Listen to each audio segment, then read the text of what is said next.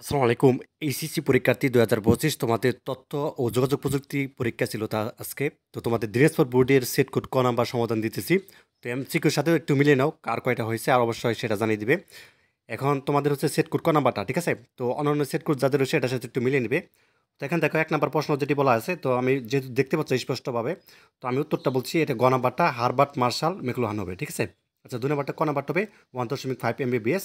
আচ্ছা ৩ নাম্বারটা হচ্ছে তোমাদের এখানে উত্তরটা গ নাম্বারটা ১ এবং ৩ এই দুটো মিলে হবে। আর ৪ এর উত্তরটা হচ্ছে লাস্টেরটা অর্থাৎ গ নাম্বার ইলিশ, এবং ৫ নাম্বার উত্তরটা হচ্ছে লাস্টেরটা, ঠিক আছে? Genetic engineering. এবং তারপর দেখো ৬ নাম্বার প্রশ্ন উত্তরটা কী হবে? ৬ নাম্বার এখানে হবে ক নাম্বারটা, অর্থাৎ ১ এবং ২ এই দুটো মিলে আনসার হবে।